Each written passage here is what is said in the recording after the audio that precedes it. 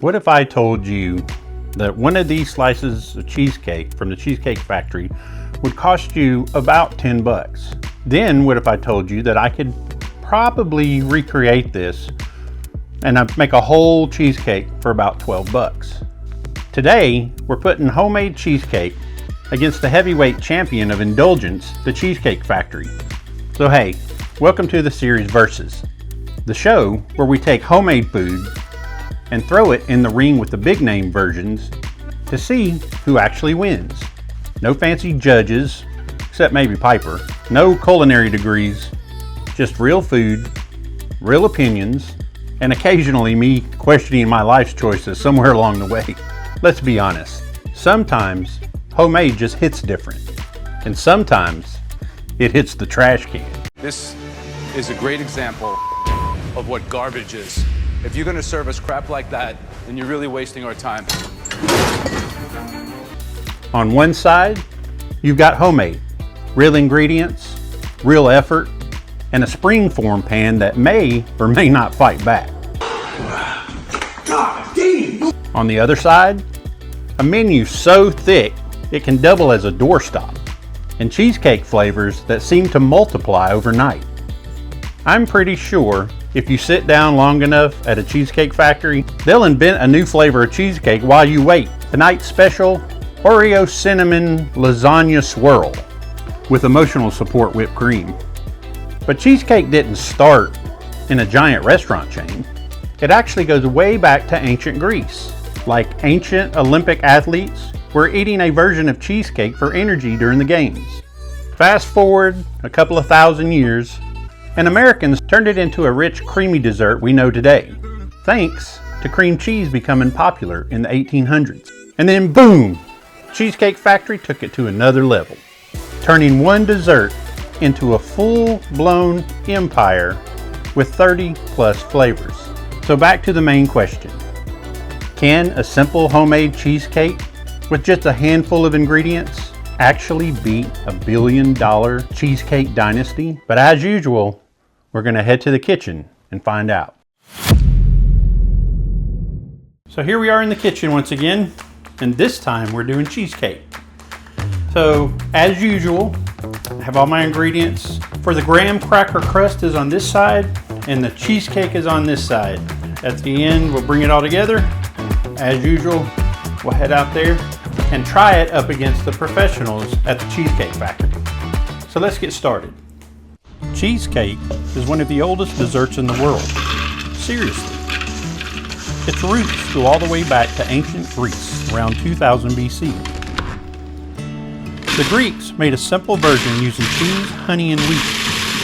It wasn't just dessert either. It was considered a source of energy.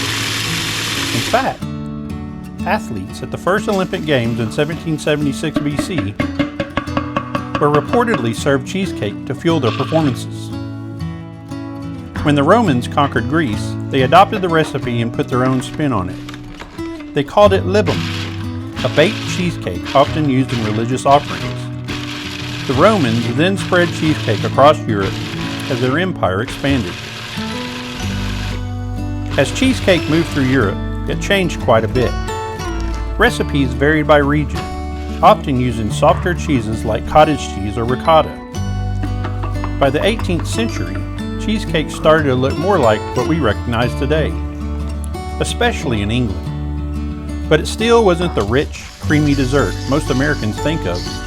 It was lighter and less sweet. The real turning point came in 1872, when a New York dairyman accidentally created what we now know as cream cheese while trying to recreate a French cheese. All right, we're gonna get this crust into the springform pan. I'm going to butter it, and we're going to take it up the sides about 3/4 of the way, and then we'll stick it in the refrigerator for about 20 minutes or so to let it firm up. While we wait on that, we're gonna go ahead and mix up the cream cheese filling that goes in it, and then we'll combine them, get them in the oven, and see what happens. That product eventually became Philadelphia cream cheese, and it completely changed cheesecake forever. With cream cheese, American bakers, especially in New York, developed the iconic New York style cheesecake. Dense, smooth, rich, and indulgent. From there, cheesecake exploded in popularity across the United States, becoming a staple dessert in diners, bakeries, and restaurants. We've got the graham cracker crust in the refrigerator setting up. And now we're going to mix together this cream cheese filling. We've set the oven at 325, and I believe it's going to cook for an hour to an hour and a half. So, the Cheesecake Factory story starts in the 1940s with a woman named Evelyn Overton. She found a cheesecake recipe in a newspaper and started baking cheesecakes in her Detroit kitchen. Her cheesecakes became so popular that she opened a small bakery to supply local restaurants. Later, her son, David Overton, took the concept to the next level. In 1978, he opened the first Cheesecake Factory restaurant in Beverly Hills, combining a full-service restaurant with an extensive dessert menu centered around cheesecake. What made it stand out? A massive menu, now famous for being huge. Dozens of cheesecake flavors, in large portions and over-the-top indulgence. Today, the Cheesecake Factory is a global brand with 200 plus locations and more than 30 cheesecake varieties, ranging from classic New York style to wild creations loaded with candy, cookies, and swirls. All right, we got the filling in here. I left it about, I don't know, half an inch from the top. We'll see how that turns out. Got a really thick crust in this thing. As I said before, we're gonna put it in the oven at 325, and we're gonna cook it between an hour and a half. We'll start checking at 60 minutes.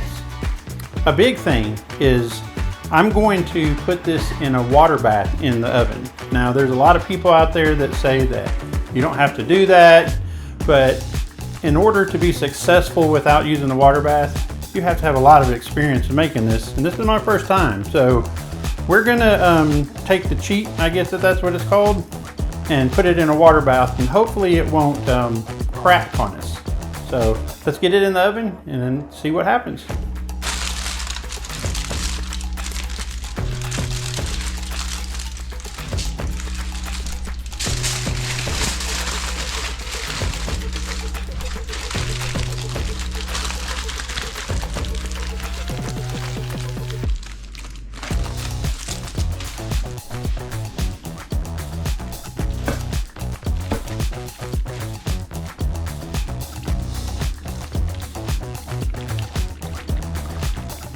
A few moments later. So here we are a couple hours later, and here is my first completed cheesecake. I haven't removed it from the spring form yet. I'm going to give it a little bit more time to set up, but I think it turned out all right. The edges are done. The middle's a little jiggly, as they put it. So the only true test is going to be once we can cut a slice and get in there and try it.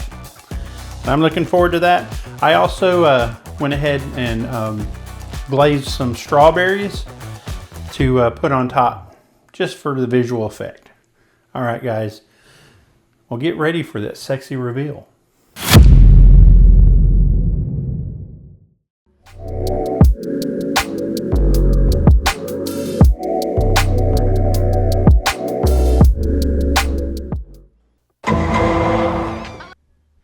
The verdict. Here we are at the end to compare these two cheesecakes. Now first, our full disclosure. This cake did not come from the restaurant, the Cheesecake Factory.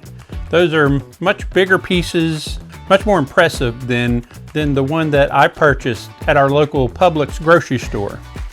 It was the closest thing I could get to the Cheesecake Factory without going all the way to a couple of towns over to find it. It's still the same recipe, it's just a smaller piece. On my left is that cheesecake, the store-bought Cheesecake Factory cake. It looks all right. It looks a little industrial. The strawberry glaze on it is really like a jelly. The whipped cream on it is kind of falling apart. It's stuck on the top of the lid of the box that it came in. And then here on my right is my version. I did make those strawberries with a little sugar and cornstarch and a little warm water and a little whipped cream. It does have the thick graham cracker crusts that Cheesecake Factory is known for. With all that said, it's still going to be on how they taste. So we're going to start with Cheesecake Factory first. There's absolutely nothing wrong with that. That cheesecake is so delicious.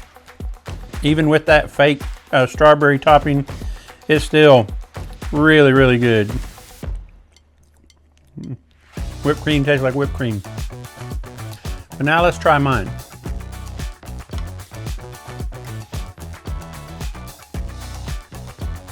That, my friends, is delicious. That recipe for cheesecake is on point. It's very light and fluffy. It didn't crack at all when it was cooking. The strawberries add that little citrusy bite, the little tang that you get. Sour cream just makes that cheesecake taste fantastic. That is absolutely lovely. I'm gonna eat a little bit of this crust and see how it turned out. That's really good too. I chopped up some walnuts. I really like that contrast between the graham crackers and the nuts. Really good. Let's ask our judge here. Get her a little bit.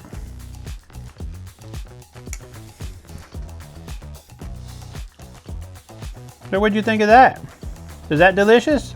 That's the Cheesecake Factory one. Yes, now that is how it's done. All right. Let me get you some of mine now.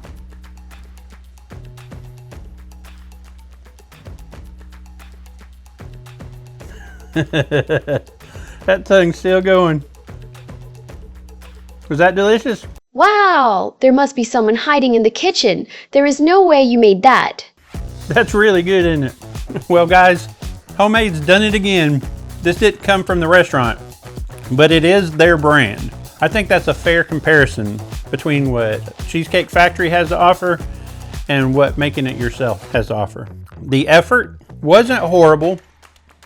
There is a lot of wait time in between the cooling, letting it cool down, and then having to, you know, let the crust set, and you leave it in the oven for an hour after you turn it off so it cools down gradually. And putting it in that water bath worked because there were no cracks. That's it for this version of Versus. This one was fun. I really like cheesecake. And we will be back next week to do a German chocolate cake. So if that interests you, please like, comment, subscribe, hit that little bell notification so you'll be alerted when our next video drops.